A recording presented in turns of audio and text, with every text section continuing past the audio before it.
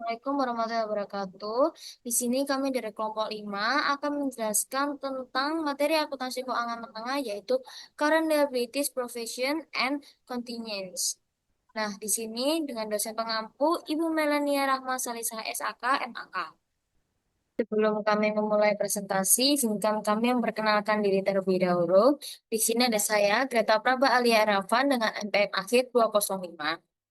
Kenalkan, nama saya Kagana Zahira Aten Ila dengan NPM terakhir 191.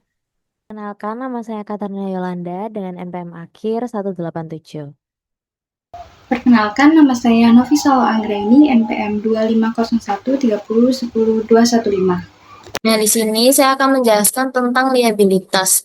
Nah, liabilitas itu apa sih? Nah, liabilitas itu merupakan kewajiban masa depan yang harus diselesaikan oleh perusahaan. Cara menyelesaikannya itu bisa dengan membayar kas, menyerahkan barang, atau memberikan jasa. Nah, kewajiban ini tuh akan muncul karena adanya peristiwa atau transaksi di masa lalu.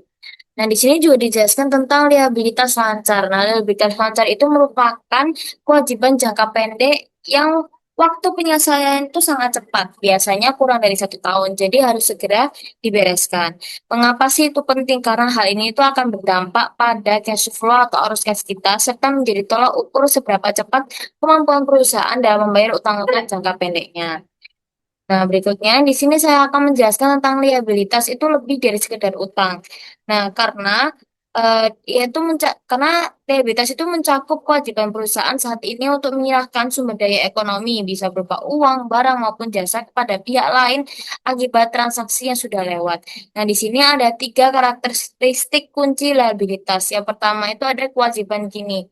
Itu merupakan itu tuh perusahaan itu udah punya tanggung jawab yang tidak bisa dihindari saat ini. Nah, contohnya itu kita tuh udah beli barang kan. Nah, kita tuh otomatis harus bayar barang tersebut. Jadi seperti itu. Lalu yang kedua ada transfer sumber daya ekonomi. Jadi nanti di masa depan tuh akan ada sesuatu yang dikeluarkan dari perusahaan. Bisa berupa pengeluaran kas atau penyerahan barang atau persediaan jasa. Nah, contohnya itu bisa seperti saat kita membayar gaji karyawan atau mengirim produk yang layanannya itu sudah dibayar di muka oleh pelanggan. Lalu yang ketiga ada akibat peristiwa masa lalu. Nah, ini tuh kewajiban ini tuh tidak muncul tiba-tiba, melainkan karena ada pemicunya di masa lalu. Contohnya itu kayak utang itu muncul setelah kita melakukan pembelian barang atau setelah transaksi terjadi, bukan sebelum transaksi. Berikutnya akan saya jelaskan liabilitas lancar, jenis, dan pengelolaan cepatnya. Apa itu liabilitas lancar? Sederhananya adalah kewajiban perusahaan yang harus dilunasi dalam satu siklus operasi normal atau maksimal 12 bulan. Yang membedakannya dari utang jangka panjang. Liabilitas lancar diukur berdasarkan nilai jatuh temponya karena jangka waktunya yang pendek. Contoh yang paling umum adalah pertama, utang usaha. Misalnya, kita membeli bahan baku tapi belum bayar ke supplier. Ini adalah kewajiban yang harus segera dilunasi. Yang kedua adalah utang wesel, yaitu pinjaman bank jangka pendek yang sudah ada dokumen tertulisnya. Yang ketiga adalah pendapatan diterima di muka. Misalnya, kita menjual tiket ke pelanggan. Lalu pelanggan membayar layanan di awal, dan uangnya ini masuk tapi jasanya belum kita berikan. Jadi uang yang kita dapat adalah utang dari pelanggan yang berbentuk layanan.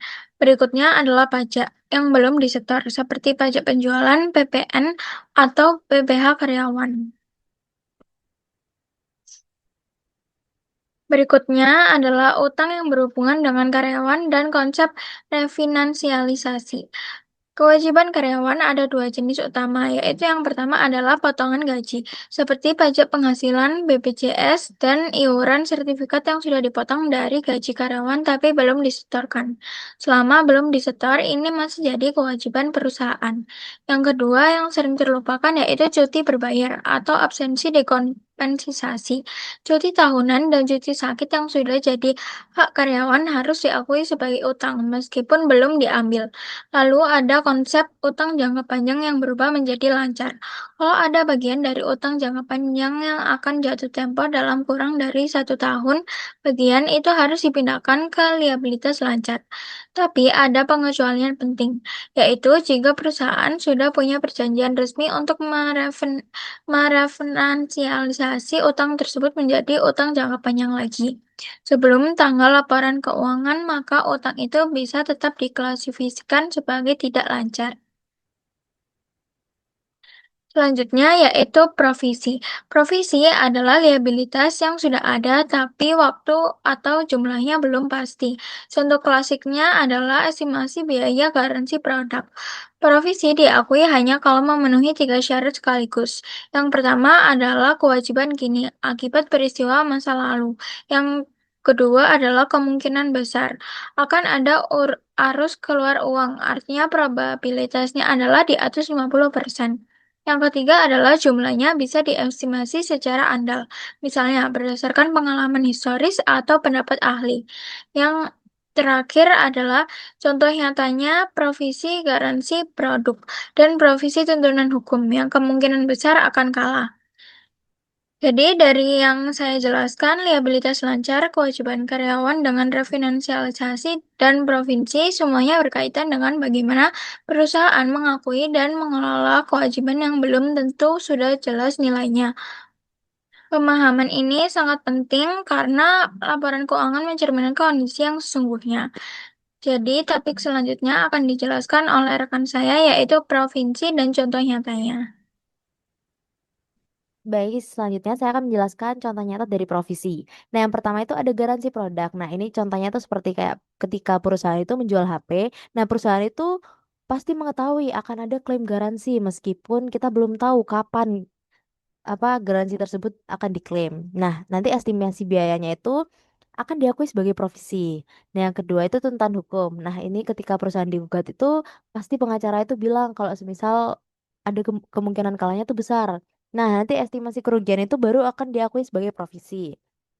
Yang ketiga ada kewajiban lingkungan. Nah, ini ada contohnya yaitu biaya pembongkaran tambang atau platform minyak di masa depan. Nah, itu nantinya akan diakui dan ditambahkan ke nilai aset saat ini. Dan terakhir ada restrukturisasi. Nah, ini contohnya ada biaya pasangan karyawan karena penutupan divisi yang sudah diumumkan. Nah, selanjutnya ada kontingensi yang berarti yang mungkin ada tapi belum diakui. Nah, jadi ini liabilitas kontingen itu merupakan kewajiban yang mungkin ada tapi belum memenuhi syarat pengakuan provisi. Misalnya tuh karena probabilitasnya kecil atau estimasinya tidak andal. Nah, perlakuannya itu tidak diakui di laporan keuangan, tapi akan diungkapkan di catatan jika kemungkinannya tidak terpencil. Ada range persenannya sekitar 5-50%. Nah, ini ada contohnya tuntutan hukum di mana kemungkinan kalah kecil. Lalu ada yang kedua ada aset kontingen yang dimana potensi aset yang akan datang.